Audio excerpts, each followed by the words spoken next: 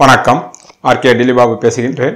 உலகத் தமிழர்கள் அனைவருக்கும் நீங்கள் அளித்து வருகின்ற மகத்தான ஆதரவுக்கும் அன்புக்கும் மிக்க நன்றி. ஆகஸ்ட் மாத பலன்களை நாம் பார்க்க போகின்றோம். இந்த ஆகஸ்ட் மாதத்தில் இவ்வளவு நாள் உத்தராயணம் இருந்தது, அது முடிந்து ஆகஸ்ட் மாதத்தில் தட்சிணாயனம் பிறக்கிறது. தட்சிணாயனம் என்கின்ற மிக புண்ணிய காலம்.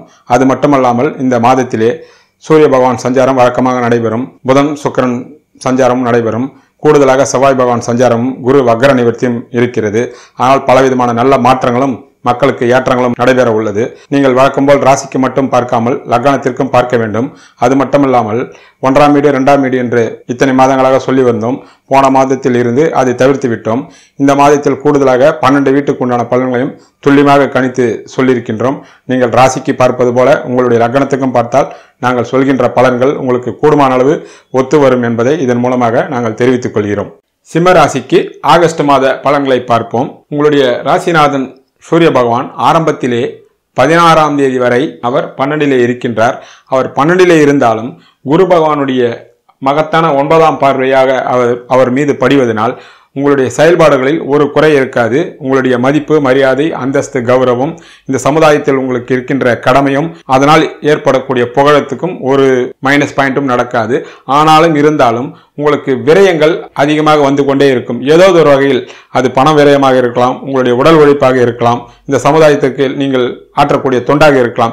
எதுவாக இருந்தாலும் 12 இருப்பதினால் முழு பலன்கள் உங்கள் அடையாமல் போகும். 17ஆம் தேதிக்கு பிறகு அவர் உங்களுடைய ராசியிலே அவர் ஆட்சி பெற்று இருப்பதினால் சகலவிதமான மதிப்பும் சரி, மரியாதையும் சரி, நீங்கள் நினைத்தபடி நடக்க ஆரம்பிக்கும். அது மட்டுமல்லாமல் விரைவிலே குரு பகவான் 5 வர இருக்கின்றார்.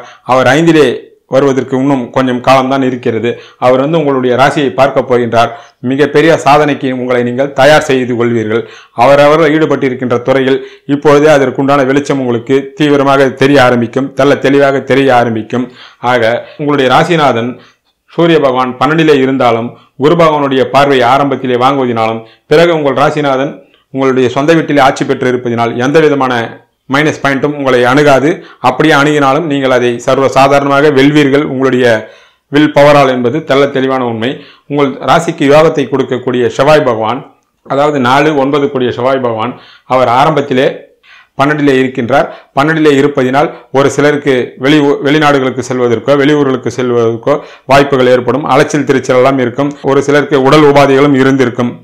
அவர் 8ஆம் தேதிக்கு பிறகு அவர் உங்கள் ராசியிலே வருவதனால் 17ஆம் தேதிக்கு பிறகு உங்கள் ராசிநாதனும் இருப்பதினால், ஆக 1ஆம் வீட்டு அதிபதியும் 4, 9 கூடிய செவ்வாயும் உங்கள் ராசியிலே இருப்பதினால் அவர் 4ஆம் பார்வையாக குரு பகவான் பார்ப்பதினால், ஆக ஏதோ ஒரு வகையில் 1, 9, 5 சம்பந்தம் படுவதினால் நன்றாக புரிந்து கொள்ளுங்கள். 1 கூடிய சூரியனும் 5 கூடிய குருவும் 9 கூடிய செவ்வாயும் இங்கே சம்பந்தப்படுவதனால் இந்த மாதம் உங்களுக்கு மிகப்பெரிய வெற்றி மாதமாகும், சாதனை மாதமாகவும் அமையும். அது எந்தெந்த வகையில் என்பதை பார்ப்போம். வீடு, வண்டி, வாசல், வாகனம், சொத்து சுகத்தின் மூலமாக மகத்தான நல்ல பலன்களை காண்பீர்கள். புதிய வீடு வாங்குவதாக இருந்தாலும் சரி, புதிய வாகனங்களை வாங்கக்கூடியதாக இருந்தாலும் சரி, நல்ல பலன்களை அடைவீர்கள். இவ்வளவு நாள் உங்களை படித்திருந்த உடல் உபாதை உங்களை விட்டு போகும். தாயினுடைய அன்பு கூடும். தாயினுடைய வர்க்கத்தினாலும் தாயினாலும் எல்லா வகையிலும் நன்மையை நீங்கள் எதிர்பார்க்கலாம். அது மட்டுமல்லாமல் இன்ப சுற்றுலாவுக்கும் உங்களுக்கு வாய்ப்பு உண்டு. அவரவர்கள் ஈடுபட்டிருக்கின்ற துறையில் மகத்தான சாதனையை படைப்பார்கள் என்பது உண்மை. அது மட்டுமல்லாமல் 12 இருக்கின்ற சுக்கிர பகவான், அதாவது 3, 10 கூடிய சுக்கிர பகவான் ஆரம்பத்திலே 12 இருக்கின்றார். அவரவர்கள் ஈடுபட்டிருக்கின்ற துறையில், அதாவது பணிபுரிகளாக இருந்தாலும் சரி, தொழிலதிபர்களாக இருந்தாலும் சரி, அந்த 10 கூடியவர் 12 இருப்பதினால் குரு பகவான் பார்வை 1000 தான் இருந்தாலும் அவர் அந்த வீட்டுக்கு 6 கூடியவர் என்பதனால் தொழிலும் சரி, வேலை செய்கின்ற இடத்திலும் சரி, போட்டிகளோ பொறாமைகளோ, மறைமுகமான எதிர்ப்போ நேரடியான எதிர்ப்போ எல்லாம் நீங்கள் கடந்த மாதம் நீங்கள் சந்தித்து இருக்கலாம். எவ்வளவுதான் இருந்தாலும் அதையெல்லாம் இப்பொழுது சுக்கிர பகவான் 12 இருக்கின்ற சுக்கிர பகவான் உங்கள் ராசிக்கே வரப்போகின்றார். அங்கு ஏற்கனவே செவ்வாயும் இருப்பதினால் மகத்தான தர்ம கர்மாதி யோகம் உங்கள் ராசியிலே ஏற்படுகின்றது.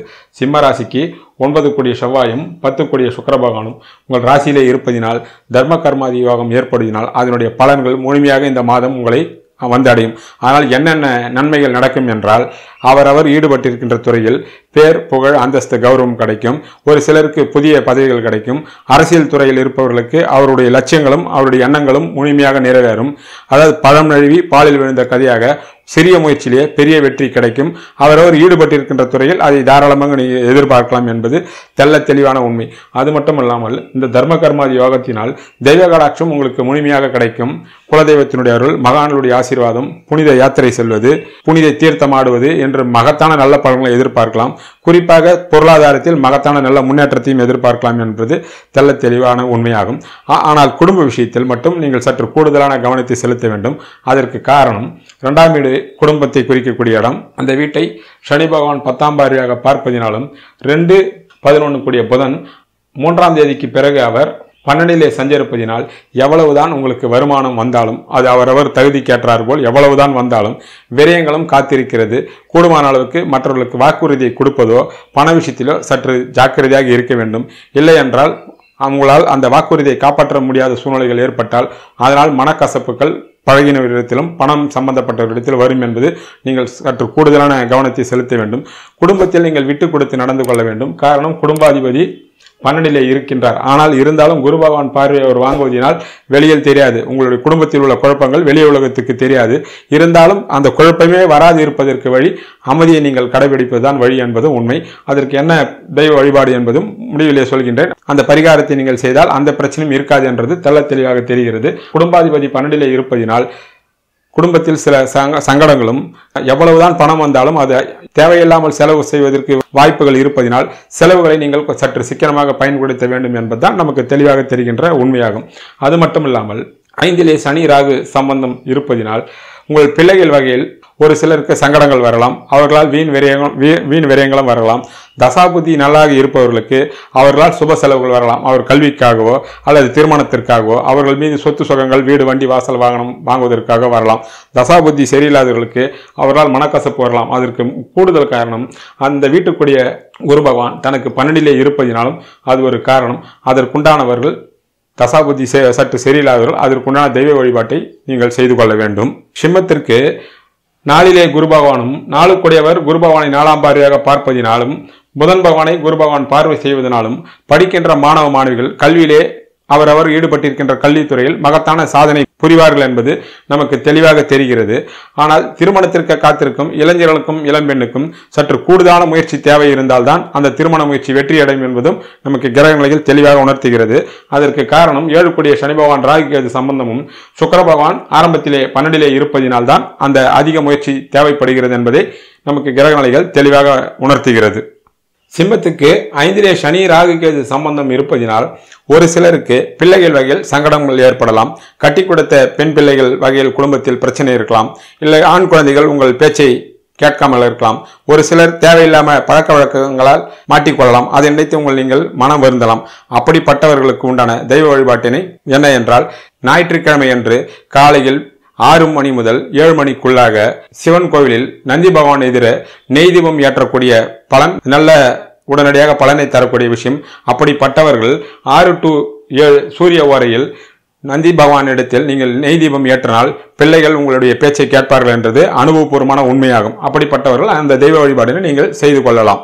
சிம்மத்திற்கு 6-7 சனி பகவான் 5லே இருப்பதினாலும் 6ஆம் வீட்டை 12லே இருக்கின்ற கிரகங்கள் பார்ப்பதினால் கணவன் மனைவிக்குள் நீங்கள் விட்டு கொடுத்து செல்ல வேண்டும். இல்லை என்றால் தேவையில்லாமல் கசப்புணர்வுகள் ஏற்படும். அப்படி இல்லை என்றால் தேவையில்லாமல் வீண் விரைய செலவுகள் ஏற்படுவதற்கும் வாய்ப்புகள் உள்ளது. ஆணாக இருந்தால் பெண், பெண்ணாக இருந்தால் ஆண் மூலமாக. நண்பர்கள் விஷயத்திலும் கூடுதலாக கவனத்துடன் செயல்பட வேண்டும். இல்லை என்றால் அவர்களிடத்தில் வீண் விரைய செலவுகளும் காத்து கொண்டிருக்கிறது. தேவையில்லாமல் அவர்களிடத்தில் அதிகமாக பேசினால் நீங்கள் நல்லதே சொன்னாலும் அவர் தவறுதலாக புரிந்து கொள்ளக்கூடிய சந்தர்ப்பங்கள் வரும். அதற்கு காரணம் 12லே உள்ள கிரகங்கள் 6ஆம் வீட்டை பார்ப்பதினால் அது 7ஆம் வீட்டிற்கு 12 ஆக வருவதனால் கணவன் மனைவி விஷயத்திலும் சரி, நண்பர்கள் விஷயத்திலும் சரி தேவையில்லாமல் கசப்புகளோ அல்லது வீண் வெறிய செலவுகளோ ஏற்படுவதற்கு வாய்ப்பு உள்ளதனால் நீங்கள் சற்று கூடுதலான கவனத்துடன் இருக்க வேண்டும் என்பது நமக்கு கிரகநிலைகள் எடுத்து தெளிவாக நமக்கு உணர்த்துகிறது. ஒரு சிலருக்கு எதிர்பாராத அதிர்ஷ்டம் வரும். அதற்கு காரணம் 5 குரு பகவான் 5ஆம் பார்வையாக உங்களுடைய 8ஆம் வீட்டை பார்ப்பதினால் ஒரு சிலருக்கு எதிர்பாராத அதிர்ஷ்டங்கள் காத்திருக்கிறது. திடீர் யோகங்கள் வரலாம். அவர் உங்கள் சொந்த ஜாதகத்தில் அந்த கிரக அமைப்பில் இருந்தால் நீங்கள் சற்றும் எதிர்பாராத பணவரவோ பதவி உயர்வோ ஏதோ வகையில் அதிர்ஷ்டம் உங்களை தழுவலாம் என்பதும் நமக்கு தெளிவாக தெரிகிறது. ஏற்கனவே சொன்னது போல் 9-10 சுக்கிரனும் செவ்வாயும் தர்ம கர்மாதிகள் உங்கள் ராசியிலே சேர்ந்திருப்பதினால் உங்களுடைய முன்னோர்கள் மூலமாக முன்னோர்கள் சொத்தோ இல்ல தகப்பனாருடைய வகையிலோ மிகப்பெரிய தனப்பிராப்தியை எதிர்பார்க்கலாம். ஒரு சிலருக்கு முன்னோருடைய சொத்தின் மூலமாக விற்காது இருந்த சொத்துக்கள் மூலமாக பெரிய பணம் வரலாம். அந்த பணத்தின் மூலமாக கடன் இருந்தால் கடனும் அடைபடலாம். அதன் மூலமாக பல வீடு வண்டி வாசல் வாகனங்களோ வாங்கலாம் அல்லது புதிய தொழிலுக்கு நீங்கள் அதை பயன்படுத்திக் கொள்ளலாம் என்பதும் நமக்கு தெளிவாக தெரிகிறது. மூத்த சகோதரிடத்தில் நீங்கள் சற்று விற்று கொடுத்து செல்ல வேண்டும். இல்லை என்றால் அவர்களிடத்தில் கசப்புணர்வுகள் ஏற்படுவதற்கோ அல்லது வீண் விரோதங்கள் வருவதற்கோ வீண் விரிய செலவுகள் வருவதற்கு வாய்ப்பு உள்ளது என்பதும் நமக்கு கிரக நிலைகள் தெளிவாக உணர்த்துகிறது. முதலிலே சொன்னது பிரகாரம் 2-11 கூடியவர் விரயத்தில் இருப்பதினால் எவ்வளவுதான் தனப்பிராப்தி தன வருமானம் உங்களுக்கு வந்தாலும் வீண் விரய செலவுகள் ஆகிக் கொண்டே இருக்கும் என்பதை நீங்கள் நினைவில் வைத்துக் கொள்ள வேண்டும். 8ஆம் தேதிக்கு பிறகு நீங்கள் அற்புதமான முன்னேற்றத்தை எதிர்பார்க்கலாம். அதற்கு காரணம் 12 இருக்கின்ற செவ்வாய் பகவான் உங்கள் ராசிக்கு வருகின்றார். 17ஆம் தேதிக்கு பிறகு உங்கள் ராசிநாதனே உங்கள் ராசியிலே ஆட்சி பெறுகின்றார். சுக்கிர பகவானும் வந்து அங்கு சேருவதனால் 17ஆம் தேதிக்கு பிறகு தர்ம கர்மாதிகளுடைய சேர்க்கையினாலும் ராசிநாதனுடைய சேர்க்கையினாலும் அதாவது உங்கள் ராசியிலே சூரியன் செவ்வாய் சுக்கிரன் இருப்பதினால் மகத்தான நல்ல பலன்களை நீங்கள் எதிர்பார்க்கலாம். குரு பகவான் விரைவிலே 5க்கு வர உள்ளார் என்பதனால் அதற்குண்டான ஒளிமயமான எதிர்காலத்திற்குண்டான நம்பிக்கை உங்கள் மனதிலே இந்த மாதமே பிறக்க ஆரம்பிக்கும் என்பது தெளிவான உண்மை. ஆக 17ஆம் தேதிக்கு பிறகு மாத பிற்பகுதியில் நீங்கள் நினைத்தபடி அவரவர் ஈடுபட்டிருக்கின்ற துறையில் சாதனை புரிவீர்கள் என்பது தெளிவான உண்மை. உங்களுடைய மதிப்பும் மரியாதையும் உங்கள் செயல்பாடும் நேர்கோட்டில் செல்லும். அது குறிப்பாக வெற்றியை நோக்கிதான் செல்லும் என்பது தெளிவான உண்மை. பண விஷயத்தில் மட்டும் சற்று ஜாக்கிரதையாக இருக்க வேண்டும். 2ஆம் வீட்டை சனி பகவான் பார்ப்பதினால் பணத்திற்காக பிறருக்காக ஜாமீன் இருக்கக்கூடாது. எந்த சூழ்நிலையிலும் குடும்பத்தில் நீங்கள் விட்டு கொடுத்து செல்ல வேண்டும். அப்போதான் குடும்பத்தில் மகிழ்ச்சி பொங்கும் என்பது தெளிவு. ஆக எப்படி இருந்தாலும் குரு பகவான் ஆரம்பத்திலே உங்கள் ராசிநாதனை பார்ப்பதினாலும் அந்த ராசிநாதன் ராசியிலே ஆட்சி பெற்று இருப்பதினால் முற்பகுதியை விட பிற்பகுதியில் மகத்தான சாதனை நீங்கள் படைப்பீர்கள். இந்த மாதம் ஒரு வெற்றி மாதமாகவும் ஒரு சாதனை மாதமாகவும் அமையும் என்பது கிரக நிலைகள் நமக்கு தெளிவாக உணர்த்துகின்ற உண்மையாகும். சிம்மராசிக்கு ஆகஸ்ட் மாதத்திற்குண்டான தெய்வ வழிபாட்டினை பார்க்கலாம். ஒருமுறை ராமேஸ்வரம் சென்று அக்னி தீர்த்தத்தில் நீராடிவிட்டு ராமநாத சுவாமியும் பர்வர்தனி அம்பாளையும் தரிசனம் செய்துவிட்டு வந்தால் மகத்தான நல்ல பலன்களை எதிர்பார்க்கலாம். முடியாதவர்கள் அருகில் உள்ள சிவன் கோயிலுக்கு சென்று காலையோ அல்லது மாலையோ நெய் தீபம் ஏற்றி வழிபடலாம். பிள்ளைகள் ஒரு சிலருக்கு சங்கடங்கள் இருந்தால் அவர்கள் ஞாயிற்றுக்கிழமை அன்று 6 to 7 சூரிய ஓரையில் நந்தி பகவானிடத்தில் நெய் தீபம் ஏற்றி வழிபட்டால் பிள்ளைகளால் இருக்கக்கூடிய மனக்கசப்புகள் முற்றிலுமாக நீங்கிவிடும். அது மட்டுமல்லாமல் ராம மந்திரத்தை 108 தடவை எழுதினாலும் சரி, மனமாற பூஜை அறையிலே நின்று சொன்னாலும் சரி, 5லே இருக்கின்ற சனி பகவான் ராகுகேதன் சம்பந்தத்தினால் பிள்ளைகளை பற்றி கவலையும் உங்களுடைய எண்ணங்களும் முழுமையாக நிறைவேறும் என்பது அனுபவ ரீதியான சாஸ்திர ரீதியான உண்மையாகும். விரைவிலே குரு பயிற்சி ஆக இருக்கிறது. குரு பயிற்சி பலனை தெளிவாகவும் விரிவாகவும் வெளியிட உள்ளோம். அதற்கு முன்னால் குருவினுடைய சிறப்புகளை பற்றி வீடியோ விட்டுள்ளோம். பார்க்காதவர்கள் இந்த ஐ பட்டனை அடித்து குருவின் சிறப்புகளை நீங்கள் தெரிந்து கொள்ளுங்கள். தெரிந்தால் குரு பயிற்சி பலனை நீங்கள் பார்க்கும்போது உங்களுக்கு எல்லா விதமான தெளிவும் உண்டாகும் என்பதை இதன் மூலமாக தெரிவித்துக் கொள்கிறோம். நன்றி, வணக்கம்.